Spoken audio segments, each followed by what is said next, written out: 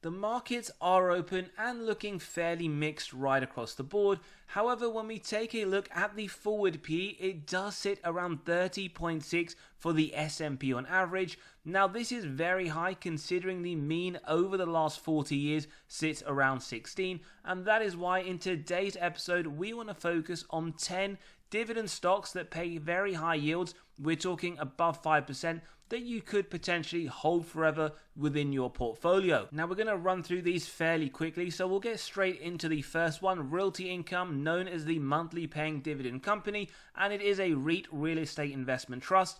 Now over the last 12 months, it is up around 6%, and over the last 10 years, it's up only 26%. Bear in mind, if you reinvest your dividends, you would be up higher, but that has underperformed the S&P over this period and hasn't quite got back up to the highs we saw pre-COVID February 2020 at $82.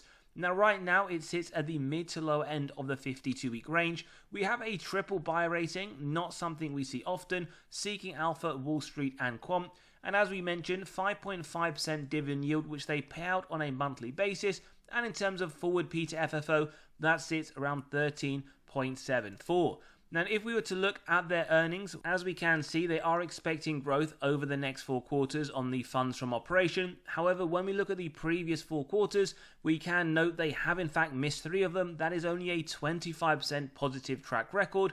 And if we do look over the next full accounts, they do anticipate the FFO to increase to 4.41. Whether or not you believe they can hit that due to the poor historical forecasting accuracy, nonetheless, forward P to FFO is anticipated to drop to 13.03.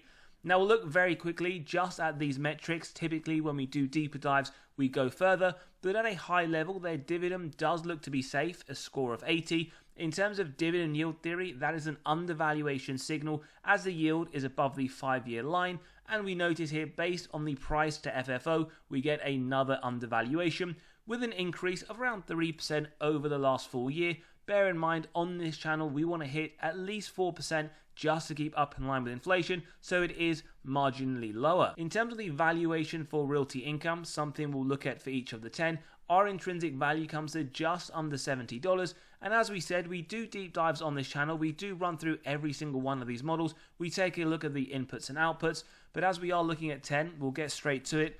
With a margin of safety, we want to see at least 10%, and we execute on that on companies that meet our 3 golden criteria. That is a wide moat, strong financial metrics, and good forward-looking data.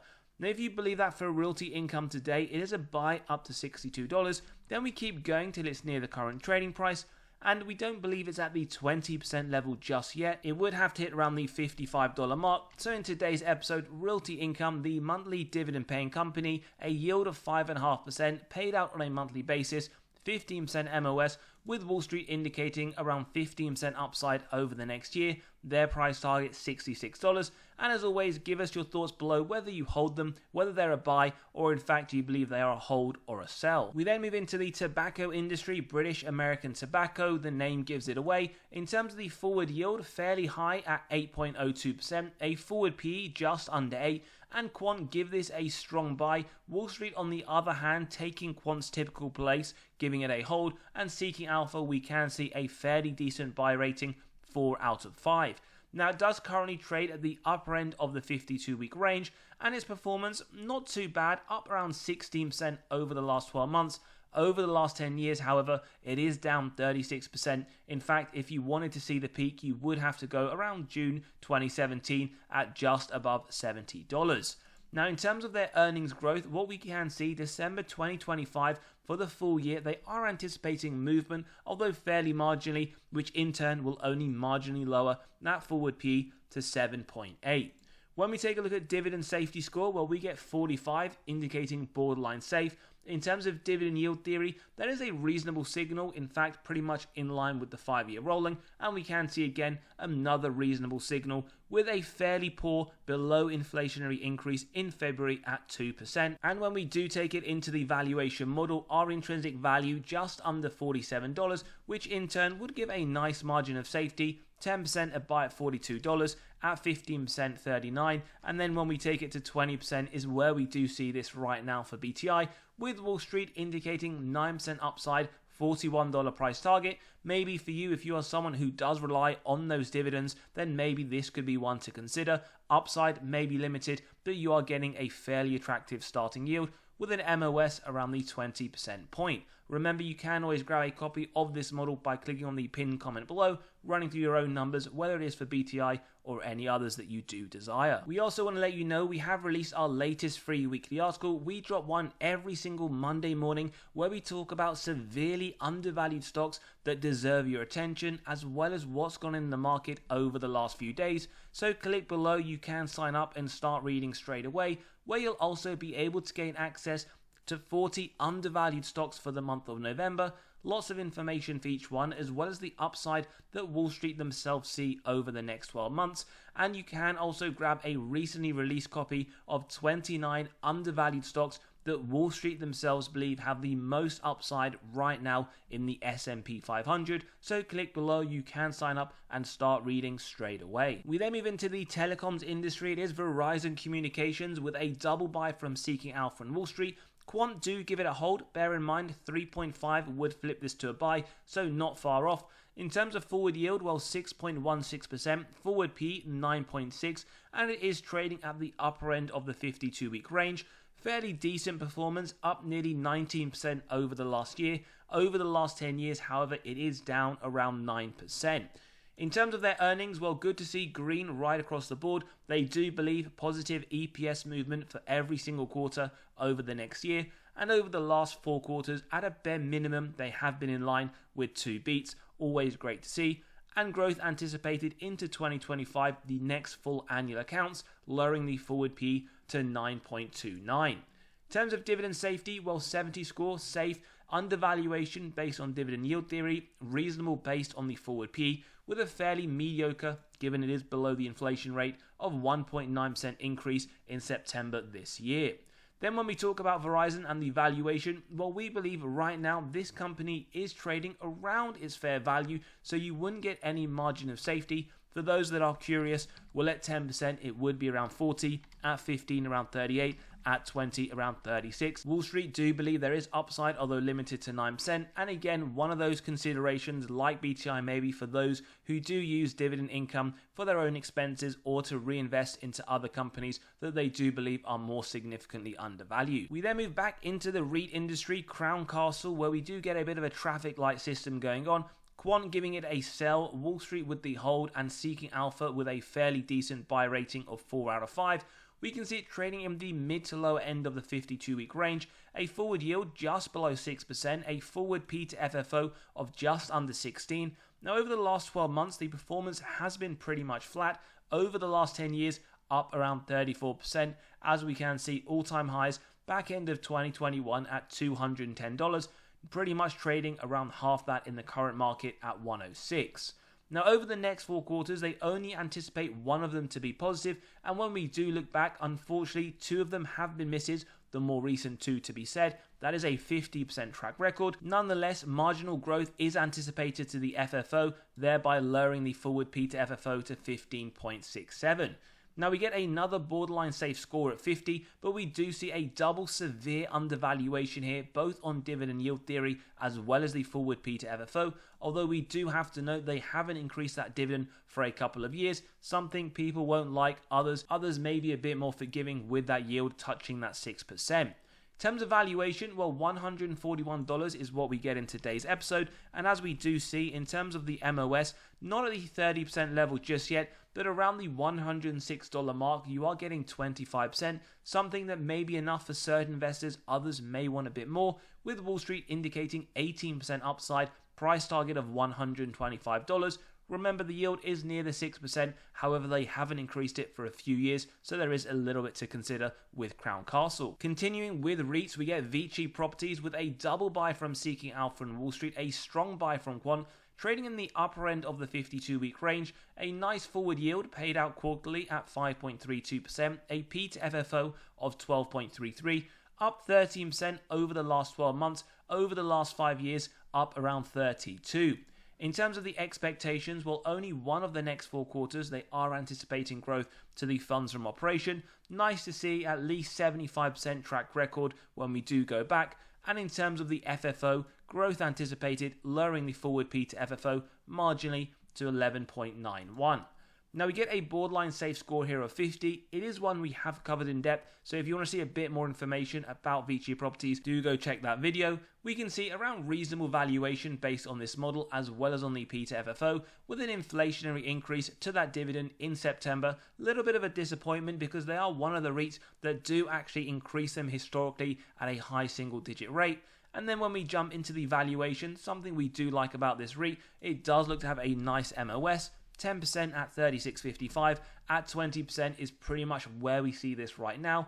Nice yield, 20% MOS with upside as per Wall Street of 14%, their price target over the next year at $37. And remember, we got the double buy rating with the fairly rare strong buy from Quant. We then move to UGI Corporation with a strong buy from Wall Street, a hold from Quant, and a buy from Seeking Alpha. This one right now trading at its 52-week high. In terms of forward yield, well, just over 5%. Forward PE, just over 10. Over the last year, looking very strong, up 36%. Over the last 10 years, however, it is down around 23. And when we look forwards, out of the next 4 quarters, 2 of them, they're expecting growth with a 100% track record when we do look back over the year. Growth anticipated to the earnings per share, bringing that forward P down, if they do hit that, to 9.71. In terms of UGI Corporation and the valuation, well, our intrinsic value at $35 gives a 10% margin of safety up to 31. At 15% is where we see it right now. Yield at 5.11%, margin of safety of 15, and Wall Street 8% upside over the next year, anticipating $32 price target. As always, give us your thoughts below, buy, hold, or sell. We then move on to Gladstone Investment with a triple hold rating right across the board. Wall Street not far off the 3.5 to flip to a buy. This one is trading at the lower end of the 52-week range. A forward yield of 7.21%, a forward PE of 13.3. Over the last year, it is down around 10%. Over the last 10 years, however, up around 82%. We can see all-time highs around January at $17. Moving forwards, 2 of the next 4 quarters, they are expecting growth with a 50% track record, including the more recent quarter being a marginal miss. And also, we need to point out the earnings per share is expected to drop down in 2026 March annual accounts, which leaves the forward P to come up slightly to 14.53. We also notice the dividend does look to be borderline safe score at 41, with both reasonable valuations triggered on dividend yield theory and the forward PE. And we do need to point out, similar to CCI, they haven't increased that dividend for a few years.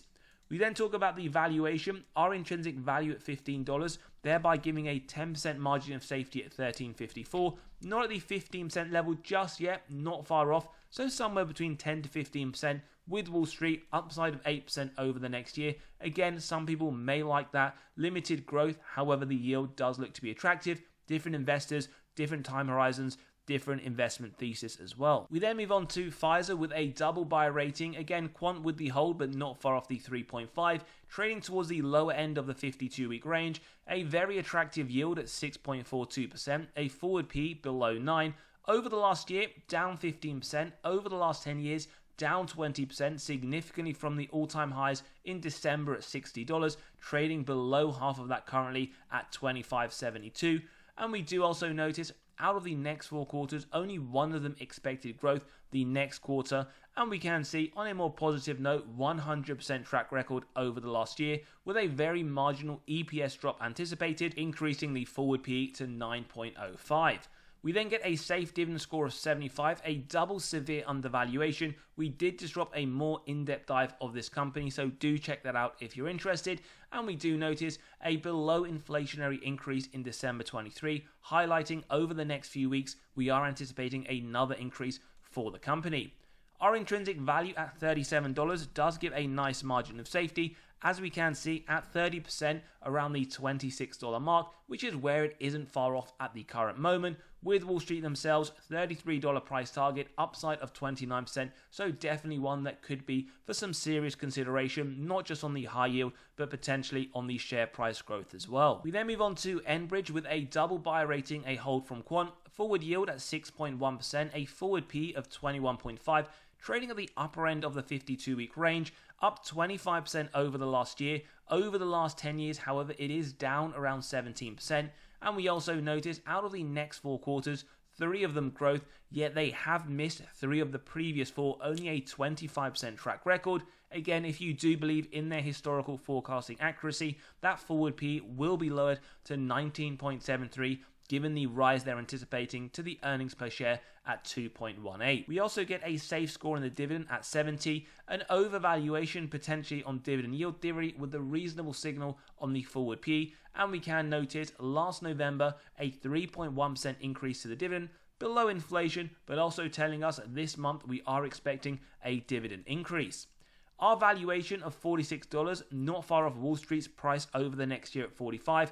When we look at MOS, at the 10%, it is pretty much where we see it right now. 10% MOS, 7% upside. We then move on to the REIT industry again, NNN REIT, where we get a buy rating from Seeking Alpha, but a double hold from Wall Street and Quant, a forward yield of 5.31%, a P to FFO of 13.2, over the last year up 10%, over the last 10 years up 15, pretty much following a similar trend that we saw for Realty Income at the beginning of the episode, yet to recover from the all-time highs in February 2020 around $60.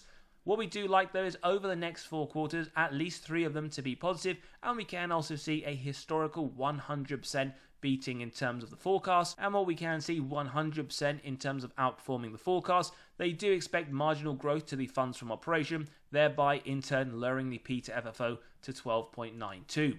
We also like the 80 score, giving the dividend a safe status, and we can also see marginal undervaluation on dividend yield theory, reasonable signal when we look at the P to FFO, with this year a below inflationary increase at 2.7%.